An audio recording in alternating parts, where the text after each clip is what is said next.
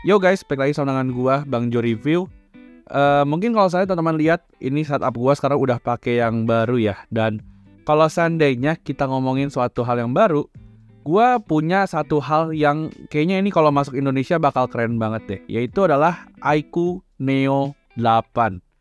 Yes, ini adalah smartphone terbaru dari iQOO yang sebenarnya ini merupakan barang huntingan gua ya. Tapi karena ini adalah smartphone yang spesial banget, jadinya gue bikinin videonya kayak begini deh. Jadinya ini adalah video hunting sekaligus gue bakal ceritain juga gimana first impression gue sama si iQOO Neo 8 ini.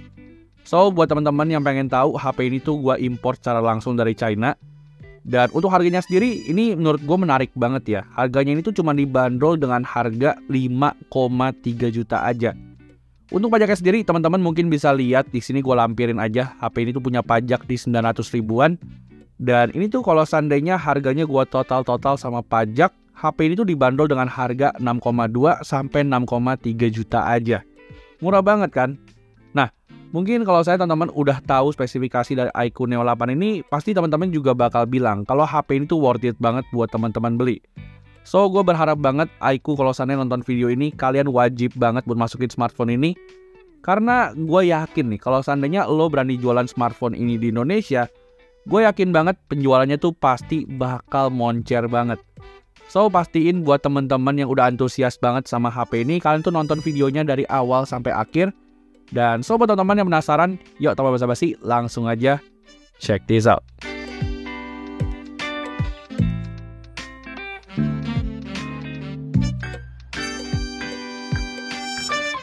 Oke, jadi mungkin kalau biasanya gue unboxing itu point of view-nya dari kamera atas, kali ini gue mungkin coba kayak live unboxing gitu ya. Jadinya teman-teman bisa langsung lihat gue unboxing HP-nya secara langsung. Dan gue bakal bereaksi senatural mungkin sih tentang si iQOO Neo 8 ini kira-kira kayak gimana. So kalau kita lihat boxnya sendiri, di sini di bagian belakang ada tulisan iQOO Neo 8. Dan di bawahnya itu ada tulisan juga nomor emailnya dan juga varian smartphone ini. Nah, di bagian atas ini juga ada tulisan iQOO Neo 8 plus variannya juga. Dan di bagian kiri kanan itu nggak ada apa-apa ya. Dan boxnya ini tuh ciri khas iQOO banget. Dimana di situ kayak ada bentuk diagonal gitu. Jadi kalau biasanya kan box itu bentuknya datar ya, membosankan lah bisa dibilang. Tapi gue cukup suka sama box yang ditampilin sama iQOO Neo 8 ini. Nah, mungkin kita langsung aja unboxing si smartphone-nya. Di sini teman-teman lihat ya, gue udah siapin cutter dan gue jujur suka sih cara bukanya kayak gini nih. Jadi tinggal di slide aja dari sampingnya nih, set, jauh lebih enak gitu timbang kita buka smartphone yang konvensional boxnya. Sip, karena udah kebuka kita langsung kletek aja semuanya. Ini mungkin sorry ya kalau seandainya videonya agak seadanya karena gue berusaha untuk nampilin sesuatu yang baru aja sih. Mungkin kalau teman-teman suka sama format hunting yang kayak gini, teman-teman mungkin bisa langsung aja drop komen di bawah ya. Kalian lebih suka hunting yang kayak gini apa yang kayak biasanya? Oke, jadi di sini segelnya udah gue buka. Dan ini sebelumnya kayaknya sih nggak dibuka ya sama tim Bea Cukai karena tadi tuh segelnya masih cakep banget, gak ada kayak tanda-tanda repack. Dan ini langsung aja kita buka. Sip. Oke. Jadi di sini teman-teman pertama-tama bakal nemuin smartphone-nya langsung di atas. Ini kelihatan ya, HP-nya tuh dibungkus sama kayak kertas roti gitu kalau gue pegang-pegang. Nggak tahu sih kertas roti apa plastik. Cuman ini sih bahannya kayak alus-alus gitu guys. Terus ini HP-nya kita angkat. Oh ternyata pakai plastik ya guys. Dan ini gue belinya yang warna merah ya. Jadi ini cakep banget nih. Dan iQOO kalau nonton video ini please ya, warna merah bawa ke Indonesia. Ini keren banget. Gue baru lihat gini udah keren banget sih. Tuh, kelihatan anti mainstream lah. Terus kita singkirin dulu HP-nya. Di bawahnya lagi ada kayak sekat gitu. Terus kalau seandainya kita angkat lagi sekatnya, ini ada casing bawaan nih guys. Ini casing bawaannya. Bentar. Nah, ini casing bawaannya. Terus ada juga apa nih? Ini kayak semacam buku panduan gitu ya guys. Ini ada buku panduan juga. Sama, wah ini yang gua demen nih, chargernya nih guys. Coba, kelihatan nggak nih? Weh, anjir jatuh. Oke. Nah, tadi jatuh guys. Ini ada chargernya yang gue suka banget, yaitu adalah charger 120 watt. Ini bakal kenceng banget sih harusnya. Untungnya tadi nggak ada baret ya pas jatuh. Dan ya paling isi boxnya sih gitu aja guys. Nggak ada headset, tapi bisa dibilang untuk tahun 2023 ini cukup lengkap lah ya. Karena kan teman-teman tahu lah, smartphone zaman sekarang tuh kadang-kadang agak pelit sama charger. Jadi ini semuanya gua singkirin dulu. Dan mungkin kita langsung aja fokus ke HP-nya ya guys. Jadi di sini tadi gue bilang HP-nya tuh pakai plastik ditutupnya. Dan cara bukanya gimana ya? Ini mungkin tinggal di slide gini aja. Coba bisa nggak? Wah bisa guys. Wah. Oke, jadi ini ya smartphone-nya. Tuh, anjir keren banget sih guys, asli. Ini kalau teman-teman lihat, ini tuh dia pakai bahan kayak apa ya? Kayak bahan vegan leather gitu sih. Kayak zamannya iQOO 11. Terus gila nih guys, di frame kameranya tuh kayak ada motif karbon gitu. Framenya juga warna hitam. Ini wah gila sih guys. Kalau emang iQOO niat bawa HP ini ke Indonesia, asli gue salut banget. Ini bakal laku banget guys.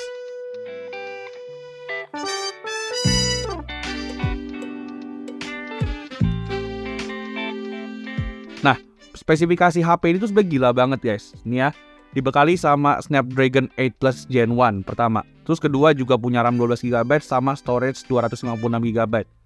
Terus gak cuma itu aja, layarnya ini juga udah 1,5K guys. Jadi ini layarnya udah Full HD Plus sama punya refresh rate 144Hz. Coba bayangin, smartphone mana lagi yang bisa ngasih value to performance sebagus itu?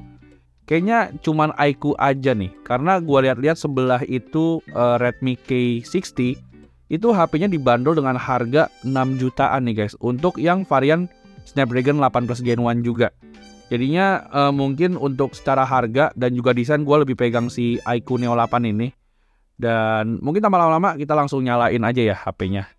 So, moment of truth. Mana nih? Kok nggak nyala-nyala? Waduh.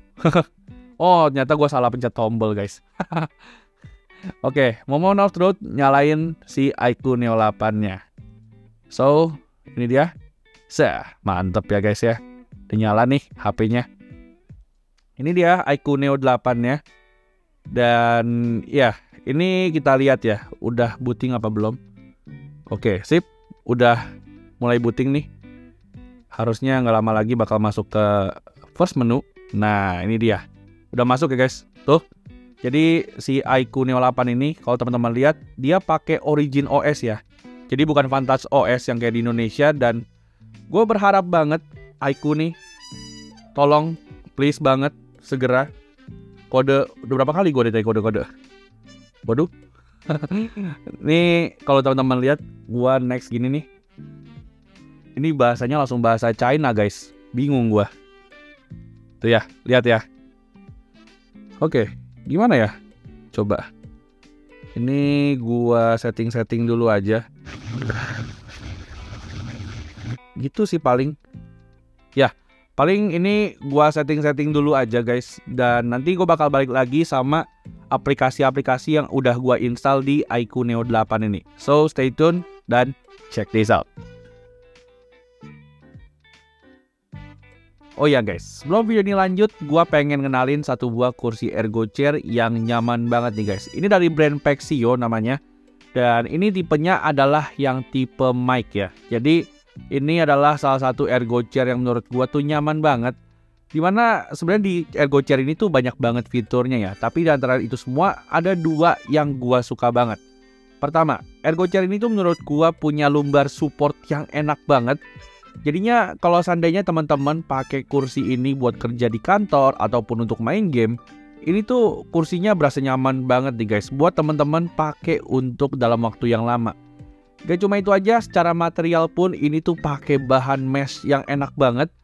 Jadinya kalau seandainya teman-teman duduk di kursi ini dalam waktu yang cukup panjang, teman-teman tuh nggak bakal ngerasain yang namanya kepanasan nih, karena bahan meshnya ini tuh bikin punggung kalian jadi tetap adem.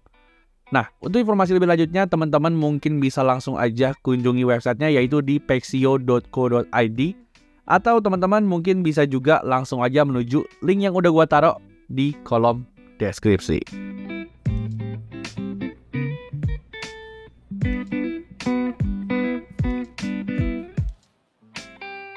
Oke guys, jadi gua udah selesai untuk setting-setting dan juga install beberapa aplikasi ya di iQOO Neo 8 ini. Dan ya, di iQOO Neo 8 ini kalau gua lihat first impressionnya sih gokil banget ya. Tadi teman-teman udah lihat bodinya kayak gimana. Dan yang gua suka si iQOO Neo 8 ini tuh fingerprintnya udah di dalam layar guys. Jadi kita tinggal begini aja, itu udah fingerprint bisa langsung dibuka. Jadi keren banget ya untuk harga 5 jutaan. Smartphone ini tuh bisa dibilang udah berasa kayak flagship lah kalau so far gue coba-coba.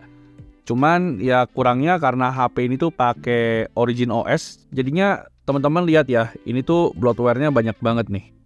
Tuh, ini aplikasi yang udah gue install dan ini bloatware-nya nih. Tuh, satu halaman gini tuh isinya bloatware semua guys. Banyak banget jadi ya.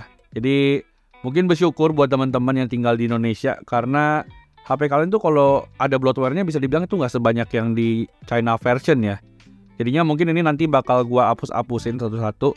Tapi yang jelas mungkin kita bakal lihat dulu ya. Kira-kira spesifikasi HP ini tuh kayak gimana. Oke.